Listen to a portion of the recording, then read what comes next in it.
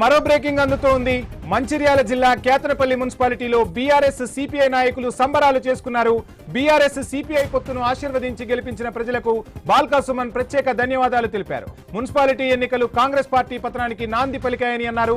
రాబోయే రోజుల్లో కౌన్సిల్లో ప్రజలకు మంచి పరిపాలన అందిస్తామని తెలిపారు. ఎన్ని ప్రలోభాలకు గురి చేసినా ప్రజలు తమపై విశ్వాసం ఉంచి ఆశీర్వదించారని పేర్కొన్నారు. మళ్లీ కేసీఆర్ నాయకత్వం రావాలనే కేతనపల్లి మున్సిపాలిటీ ఫలితాలే నిదర్శనమని బాల్కా సుమన్ వెల్లడించిన పరిస్థితి. ఇక ఇదే అంశానికి సంబంధించి ఫుల్ డీటెయిల్స్ మా ప్రతినిధి శ్రీనివాస్ అందిస్తారు. శ్రీనివాస్, కేతనపల్లి మున్సిపాలిటీకి సంబంధించి రాష్ట్ర వ్యాప్తంగా కూడా పెద్ద ఎత్తున చర్చ జరిగింది. అక్కడ సోదాలు కూడా జరిగిన పరిస్థితి. బాల్కా సుమన్ ఇంట్లో కూడా సోదాలు జరిగాయి. సో రకరకాల ప్రలోభాలు, రకరకాల ఒత్తిళ్లు జరిగాయని చెప్పి మొదటి నుంచి బీఆర్ఎస్ చెప్తుంది. అక్కడ ఈ పొత్తు విజయం సాధించింది. సో ఏంటి విజయాన్ని ఎలా చూస్తున్నారు? డీటెయిల్స్ ఏంటి?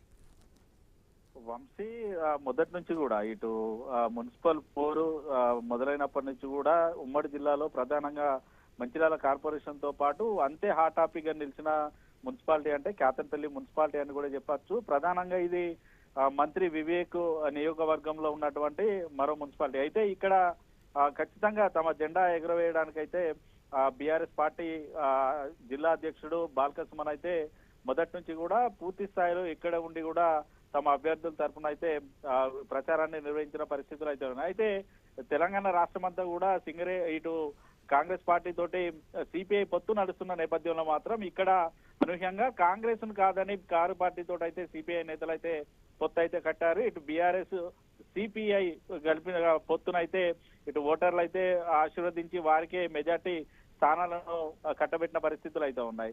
కేతనపల్లి మున్సిపాలిటీకి సంబంధించి మొత్తం 22 వార్డులు ఉండగా 11 వార్డులలో బీఆర్ఎస్ కైవసం చేసుకోగా 3 వార్డులను సిపిఐ, 1 వార్డుని ఇండిపెండెంట్ అభ్యర్థులు కైవసం చేసుకోగా 7 స్థానాల్లో కూడా కాంగ్రెస్ పార్టీ నిలిచిన పరిస్థితులు అయితే ఉన్నాయి. అయితే గతంలో ఈ కేతనపల్లి మున్సిపాలిటీని కూడా బాల్కా సుమన్ ఎమ్మెల్యేగా ఉన్న సమయంలోనైతే ఏకగ్రీవం చేసిన పరిస్థితులు అయితే ఉన్నాయి. ఖచ్చితంగా చెన్నూరు మున్సిపాలిటీతో పాటు కేతనపల్లి మున్సిపాలిటీని అయితే ఆయన ప్రతిష్టాత్మకంగా తీసుకున్నారు. ఖచ్చితంగా ఈ 2 మున్సిపాలిటీలలో కాంగ్రెస్ జోరును కొనసాగించడానికి అయితే పూర్తి స్థాయి వ్యూహాత్మకంగా వ్యవహరించిన పరిస్థితులు అయితే ఉన్నాయి. అయితే పోలింగ్ ముందు రోజు కూడా పూర్తి స్థాయిలో మంత్రి ఇటు ఓటర్లకు ప్రలోభ పెట్టడానికి కూడా ఇటు బండ్లపై తిరిగిన సిచ్యువేషన్ కూడా మనం చూసాం. ఏకంగా నల్ల బ్యాడ్జీలు ధరించి బాల్కా సుమన్ నిరసనలు అయితే మనం ఇటువంటి సిచ్యువేషన్స్ లో కాంగ్రెస్ పార్టీ లీడ్ వస్తుంది, తామే మున్సిపల్ పీఠం కైవసం చేసుకుంటామనేసి మంత్రి భావించినప్పటికీ కూడా పూర్తిగా ఓటర్లు అయితే మంత్రికి అయితే షాక్ ఇచ్చారు.